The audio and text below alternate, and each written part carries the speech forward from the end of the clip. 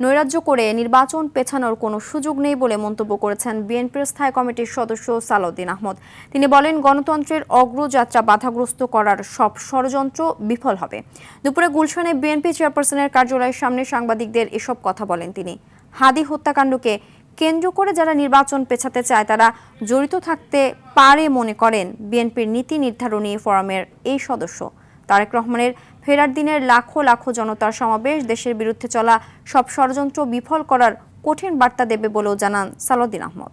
নির্বাচনকে বানচাল করার জন্য পারতপক্ষে পিছানোর জন্য যে সমস্ত অপকৌশল গ্রহণ করেছে ফেসিবাদী শক্তি, পতিত ফেসিস্ট শক্তি, তার সাথে হয়তো তাদের এদেশীয় দোসররা এবং এর বাইরেও যারা নির্বাচন বানচাল করতে চায় তারা জড়িত থাকতে পারে। তবে কোনো রকমের অপকৌশল এবং কোনো রকমের এরকম হত্যাকাণ্ড ঘটিয়ে যদি কেউ মনে করে যে দেশে নৈরাজ্য সৃষ্টির মাধ্যমে নির্বাচন বানচাল করতে পারবে, তাদের সেই ধারণা ভুল।